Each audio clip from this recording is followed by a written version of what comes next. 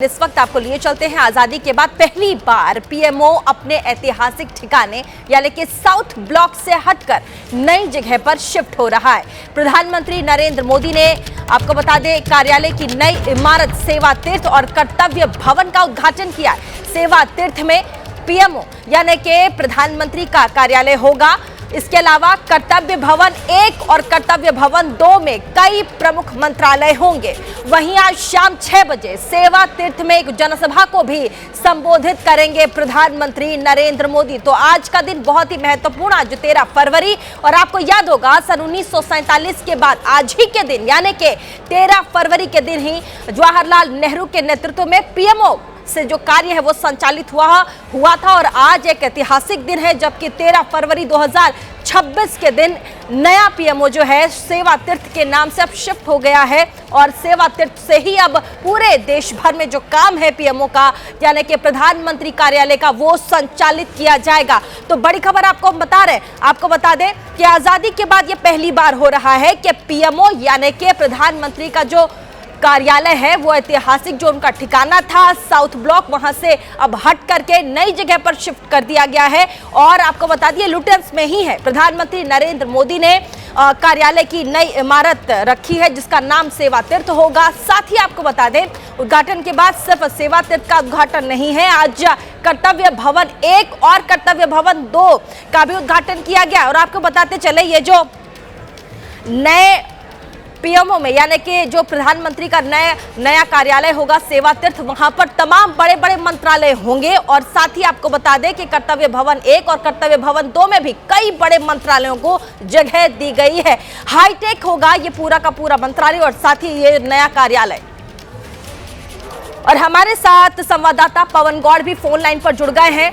पवन, कितना हाईटेक होगा ये नया बिल्डिंग और साथ ही ऐतिहासिक होगा, क्योंकि आपको याद होगा सन 1947 के बाद 13 फरवरी का ही दिन था जब तत्कालीन प्रधानमंत्री जवाहरलाल नेहरू के बाद ये पहली बार हो रहा है कि पहली बार पीएमओ को शिफ्ट किया गया है और नाम दिया गया है कर्तव्य भवन सेवा तीर्थ। देखिए जाहिर तौर पर अभी प्रधानमंत्री नरेंद्र मोदी ने जो नया जो प्रधानमंत्री दफ्तर का जो कार्यालय बना है उसका ये नामकरण का अनावरण किया है। आधिकारिक तौर पर शाम को 6 बजे पूरे जो सेवा तीर्थ है नया दफ्तर जो प्रधानमंत्री कार्यालय का उसका उद्घाटन किया जाएगा।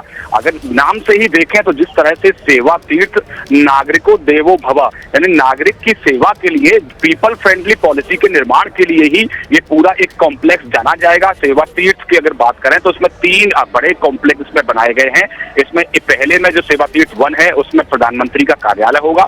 सेवा तीर्थ 2 की बात करें तो उसमें राष्ट्रीय सुरक्षा सलाहकार परिषद का दफ्तर होगा। सेवा तीर्थ 3 की अगर बात करें तो कैबिनेट सचिवालय होगा। यानी कि 3 बड़े जो पूरे इंडिया की जो पॉलिसी मेकिंग का जो केंद्र है वो सेवा तीर्थ रहने वाला है। उसके साथ साथ प्रधानमंत्री नरेंद्र मोदी आज शाम को कर्तव्य भवन 1 और कर्तव्य भवन 2 का भी इनॉग्रेशन करने जा रहे हैं। उसमें चाहे वित्त मंत्रालय की बात करें या डिफेंस मिनिस्ट्री की बात करें या उसके अलावा शिक्षा मंत्रालय की बात करें, तमाम समेत जो मंत्रालय हैं वो सब मंत्रालय उसमें पहले से शिफ्ट हो चुके हैं और लगातार कार्य शुरू हो चुका है, क्योंकि ये आधुनिक बिल्डिंग है। लगातार आप देखें तो पुराने अगर बिल्डिंग्स को देखें तो वो आधुनिक टेक्नोलॉजी से लैस नहीं थे, तो ऐसे में आधुनिक टेक्नोलॉजी से लैस और पीपल फ्रेंडली इन बिल्डिंग्स को बनाया गया जिससे कि जनता के जो सरोकार से जो काम है, जनता से सरोकार से जुड़ी हुई जो नीतियां हैं उनको बनाया जाए। उसके साथ साथ जो सरकार का जो डेटा है, सरकार की पॉलिसी है वो सुरक्षित भी रहे, तो इसलिए उसको आधुनिक तकनीक से लैस करके ही इन पूरे जो कॉम्प्लेक्स हैं, चाहे वो सेवा तीर्थ की बात करें या कर्तव्य भवन 1 और 2 की बात करें, उनका निर्माण किया गया है। साथ ही पवन, पारदर्शिता के लिहाज से भी पूरा आपको बता दें कि पेपरलेस यानी कि वहां पर टेक्नोलॉजी साथ साथ पारदर्शिता बनी रहे और इसीलिए नए भवनों का निर्माण हुआ है। पवन, जाहिर तौर पर जिस तरह से आप देखें हैं कि पेपरलेस काम है, एकदम सब कुछ टेक्नोलॉजी से है, पारदर्शिता लगातार सरकार किस तरह से काम कर रही है, किस मंत्रालय में किस तरह से काम हो रहा है कि उसमें जनता को आसानी हो समझने और देखने के लिए और एक ट्रांसपेरेंसी बनी रहे, सब कुछ ऑन रिकॉर्ड हो, सब कुछ जहाँ सॉफ्टवेयर में लिखा जाए, तो इस तरह एक ट्रांसपेरेंसी भी बनी चाहिए। उसके साथ साथ जनता के कामों को करने में आसानी रहे। ये कोई भी फाइल हो एक दफ्तर से दूसरे दफ्तर नहीं घूमे, सीधा जो है लगातार फैसले लेने एक दफ्तर से दूसरे दफ्तर पर ना घूमे और यही प्राथमिकता है सरकार की।